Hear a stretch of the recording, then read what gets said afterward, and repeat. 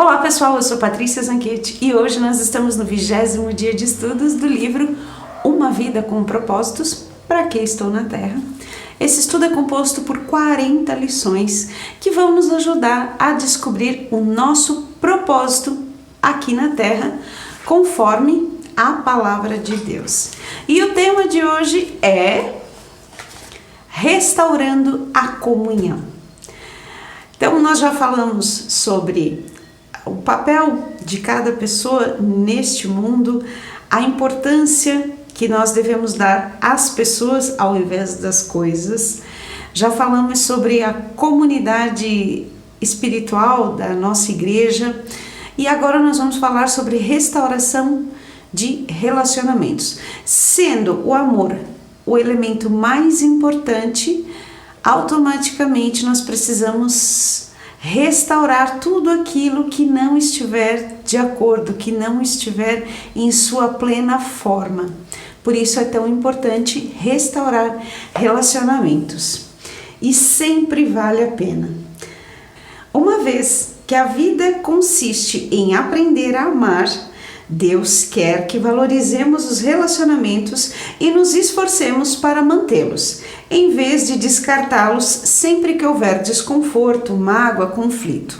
A Bíblia diz que Deus nos deu o ministério de restaurar relacionamentos. Isso está escrito em 2 Coríntios capítulo 5, versículo 18.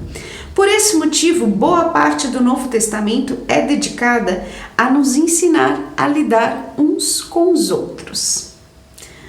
Paulo aconselha: se vocês receberam algo bom por seguir a Cristo e se o amor dele faz alguma diferença na vida de vocês, se estar numa comunidade do Espírito significa algo para vocês, se vocês têm um coração, se vocês se importam uns com os outros, por favor, concordem um com o outro, amem um ao outro e sejam amigos de verdade.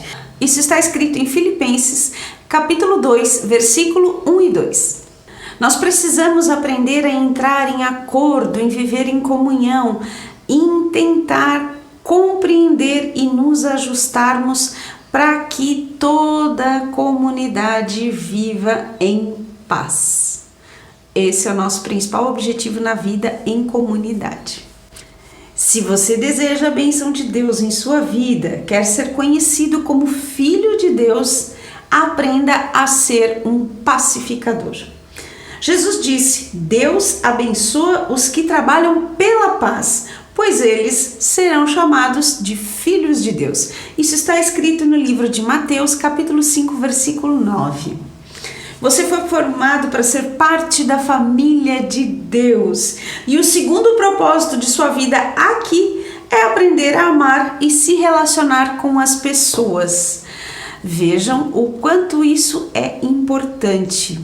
Todos nós nascemos em uma família de sangue, mas aqui especificamente nós precisamos também amar não só os nossos, daqueles aos quais nós temos vínculo consanguíneo, mas principalmente aquele grupo ao qual pertencemos e que é a nossa família espiritual.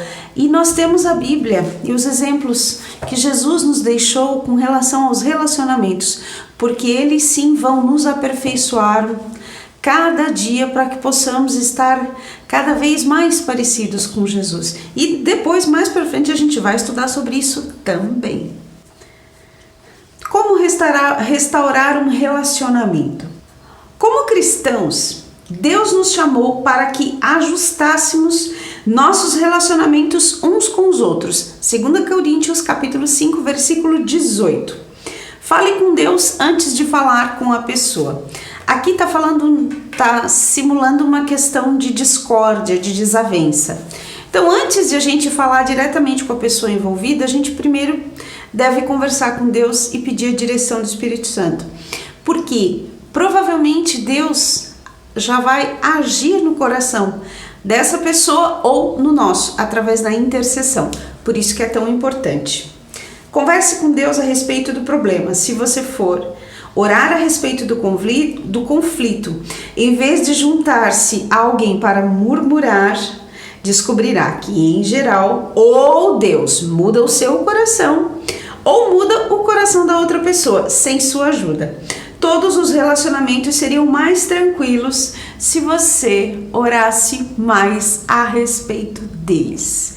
Todos nós temos diferenças. Uma mesma mão tem 5 dedos, cada um é de um jeito, de um tamanho, com um formato específico e para uma função. Os músicos que o digam, né? Então, pertencem ao mesmo membro, mas são completamente diferentes. Então, é natural que hajam discórdias, mas a gente precisa tratar esses relacionamentos com amor, que é isso que a palavra do Senhor nos ensina, e foi esse o exemplo que Jesus nos deixou. Ninguém pode suprir todas as suas necessidades, exceto Deus. A maior parte das desavenças se dá justamente porque a gente se sente frustrado, porque o outro não atingiu a expectativa que nós tínhamos a respeito dele ou de alguma circunstância específica. Mas somente Deus pode sim nos atender por completo. Até porque todos nós somos falhos, inclusive eu, inclusive você. Se somos falhos, não temos como atingir a perfeição, mas Deus sim pode, através de sua infinita bondade, fazer o que é necessário para que a gente se sinta perfeitamente atendido. Só Ele tem esse poder. O restante, quanto mais expectativas, mais frustração a gente vai ter, porque as pessoas são imperfeitas, são falhas.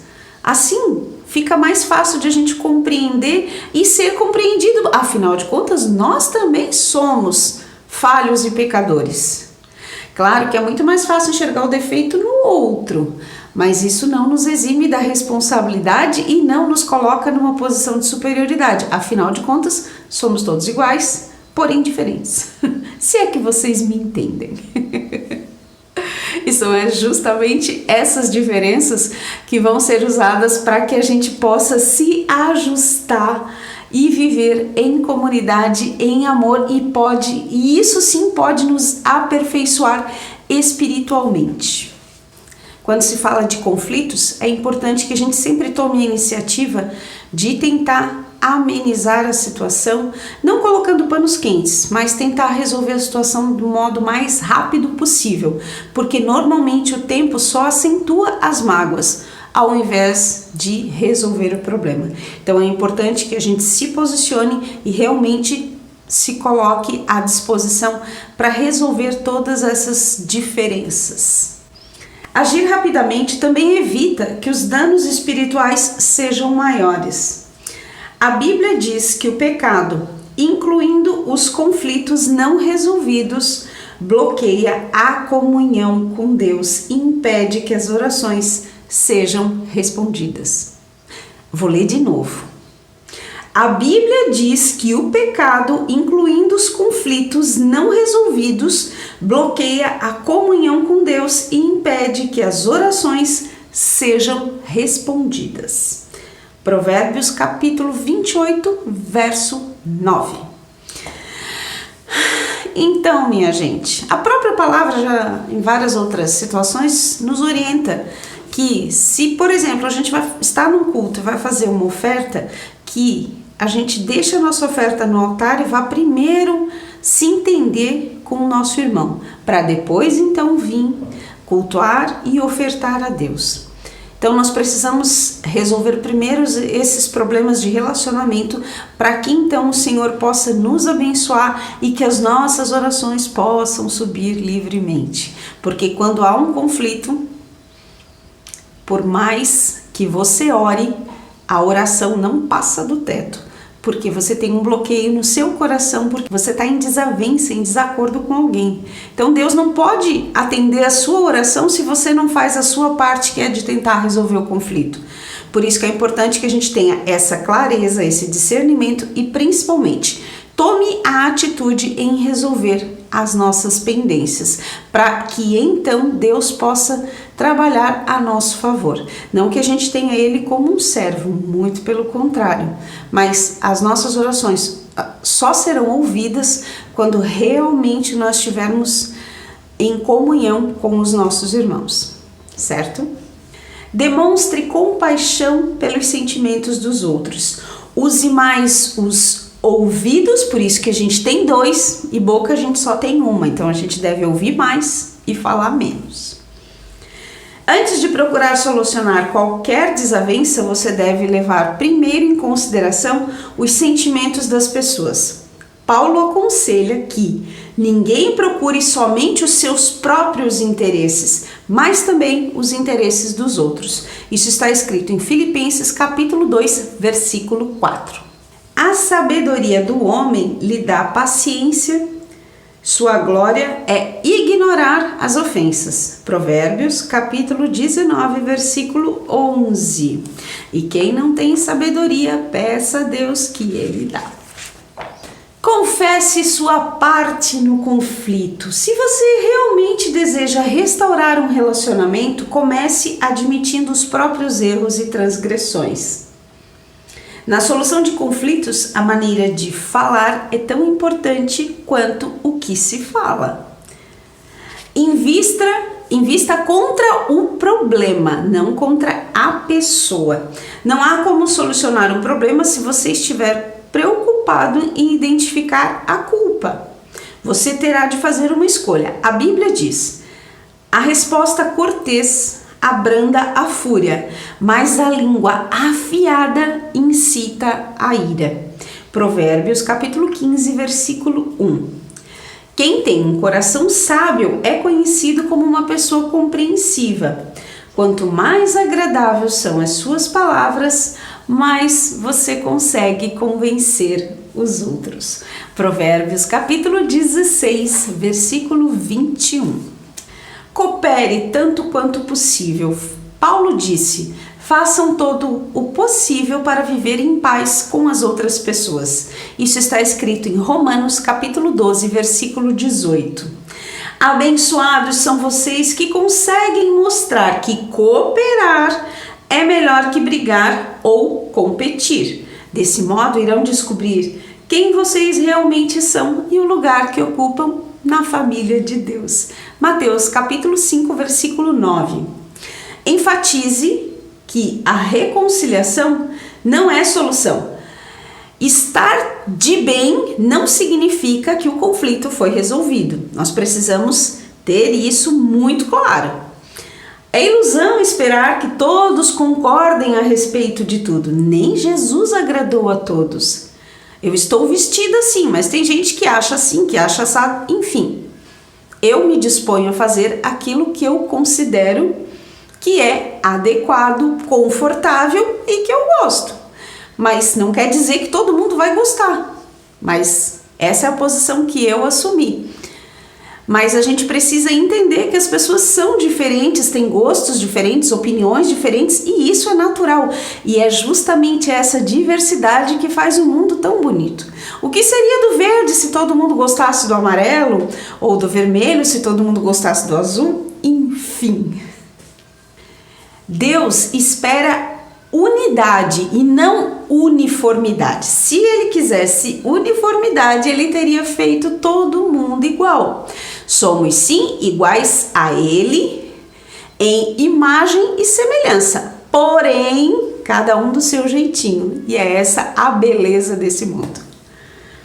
Tema para reflexão: sempre vale a pena restaurar os relacionamentos.